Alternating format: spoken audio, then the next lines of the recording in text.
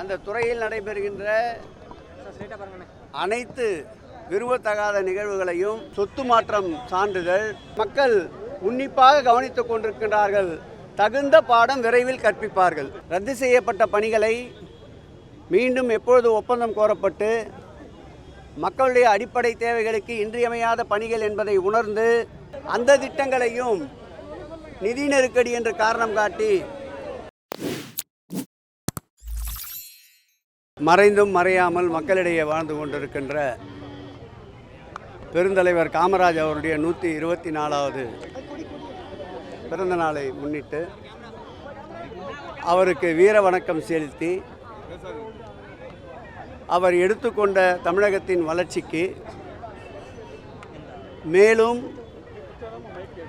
உயிரும் உணர்வும் மூட்டுகின்ற அளவிற்கு எங்கள் பணி தொடரும் என்ற உறுதிமொழியை இன்றைக்கு திராவிட முன்னேற்ற கழகத்தின் சார்பில் இந்த இடத்திலே எடுத்துக்கொண்டோம். பெருந்தலைவர் காமராஜரை பொறுத்தளவில் அவர்கள் அணைகள் கட்டினார் என்றால் அவருடைய வழியிலே பாலங்களை கட்டியவர் இன்றைய திராவிட முன்னேற்ற கழக தலைவர். அவர் கல்விக்கு கண் தந்தார் என்றால் தமிழ் புதல்வன் திட்டம் முதல் கொண்டு புதுமை பெண் திட்டம் முதல் கொண்டு நான் முதல்வன் திட்டம் கொண்டு மாணவ செல்வங்கள் கல்விக்கு உயர்வு தந்தவர் திராவிட முன்னேற்ற கழக தலைவர். காமராஜர் ஒரு கர்ம வீரர்.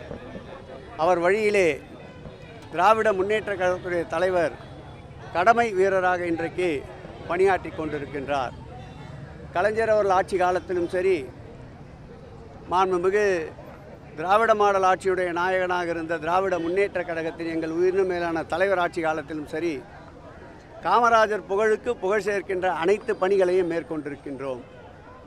அந்த வகையில் 23 துறைகளை ஒருங்கிணைத்து காமராஜர் பிறந்த நாளிலே உங்களுடன் ஸ்டாலின் என்ற திட்டத்தை காமராஜருக்கு பெருமை சேர்க்கின்ற வண்ணம் துவக்கி பல லட்சம் மக்கள் பல ஆண்டு காலமாக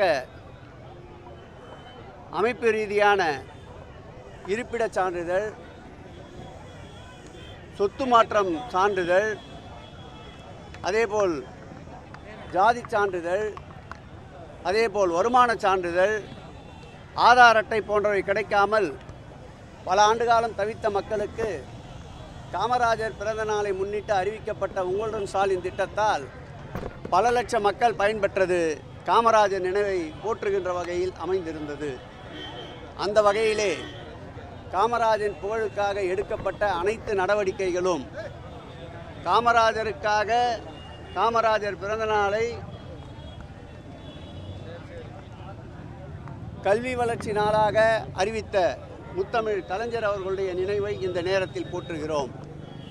அவருடைய நினைவில்லமாக இருக்கின்ற காமராஜர் நினைவில்லத்தை புதுப்பிப்பதற்கு உத்தரவிட்ட திராவிட மாடல் ஆட்சியுடைய நாயகன் திராவிட முன்னேற்ற கழக தலைவரையும் இந்த நேரத்தில் நாம் நினைவு கூறுவோம். அந்த வகையில் காமராஜருக்கு புகழுக்கு புகழ் சேர்த்த மறைந்த முத்தமிழ் அறிஞர் கலைஞர் அவர்களும் வாழும் கலைஞராக இருக்கின்ற திராவிட முன்னேற்ற கழகத்தின் தலைவர் அவர்களும் எந்நாளும் கல்விக்கும் மக்களுடைய அடிப்படை தேவைகளுக்கும் முன்னுரிமை தருகின்ற ஒரு இயக்கமாக திராவிட முன்னேற்ற கழகம் விளங்குகிறது என்பதை மகிழ்ச்சியோடு தெரிவித்துக் கொள்கிறோம்.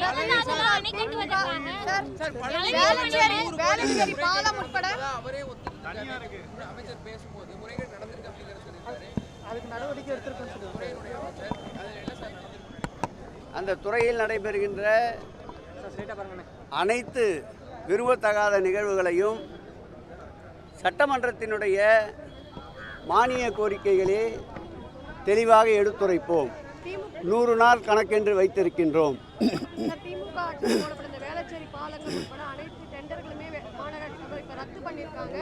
நிதி நெருக்கடி அப்படின்ற ஒரு காரணத்தை சொல்லியிருக்காங்க. சென்னையை பொறுத்தளவில் வளர்ச்சி திட்டங்கள் என்ற வகையிலே சென்னை பெருநகர மாநகராட்சி மேற்கொண்ட 800 கோடிக்கும் மேலான வளர்ச்சி திட்ட பணிகளை ரத்து செய்திருக்கின்றார்கள். ரத்து செய்யப்பட்ட பணிகளை மீண்டும் எப்பொழுது ஒப்பந்தம் கோரப்பட்டு மக்களுடைய அடிப்படை தேவைகளுக்கு இன்றியமையாத பணிகள் என்பதை உணர்ந்து வெகு விரைவில் அந்த பணிகளை மக்கள் பயன்பாட்டிற்கு கொண்டு வர வேண்டும். மாண்புமிகு திராவிட மாடல் ஆட்சியுடைய நாயகன் எங்கள் உயிரினும் மேலான திராவிட முன்னேற்ற கழக தலைவர் அவர் சிந்தையில் உதித்திட்ட வடசென்னை வளர்ச்சி திட்டத்தை முழுமையாக இன்றைக்கு முடக்கி வைத்திருக்கிறார்கள். அந்த ஒவ்வொரு திட்டமும் ஏழை எளிய மக்களுடைய அன்றாட வாழ்க்கையில் பின்னி பிணைந்திருக்கின்ற திட்டங்கள். அந்த திட்டங்களையும் நிதி நெருக்கடி என்று காரணம் காட்டி கடந்த ஆட்சி காலத்தில் கொண்டு வரப்பட்ட திட்டங்கள் மாண்புமிகு திராவிட முன்னேற்ற கழகத்துடைய தலைவரின் புகழுக்கு புகழ் சேர்க்கும் என்ற காரணத்தால் நூலகங்கள், படைப்பகங்கள், விளையாட்டு மைதானங்கள், விளையாட்டு கூடங்கள், பூங்காக்கள், அதேபோல் கழிவுநீரேற்று நிலையங்கள், அதேபோல் தடையின்றி வழங்கப்பட இருக்கின்ற மின்சாரங்கள், இப்படிப்பட்ட பணிகளுக்கு இன்றைக்கு தடைகள் ஏற்படுத்தியிருக்கின்றார்கள். இவை அனைத்தும் மக்கள் வளர்ச்சிக்கான திட்டங்கள் என்பதால் இந்த ஆட்சியாளர்கள் அந்த பணியை தொடர வேண்டும் என்று இந்த நேரத்தில் வேண்டுகோள் வைக்கிறேன்.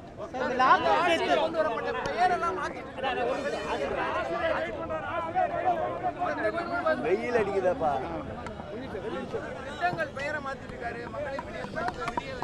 அது காழ்ப்புணர்ச்சியை காட்டுகிறது. மக்கள் அனைத்தையும் உன்னிப்பாக கவனித்துக் கொண்டிருக்கின்றார்கள். உதாரணத்திற்கு சொல்ல வேண்டும் என்றால், மயிலேடி பூங்காவில் அமைக்கப்பட்டிருந்த கல்வெட்டு அவர் துணை முதலமைச்சராக இருந்தபோது திறக்கப்பட்ட கல்வெட்டு.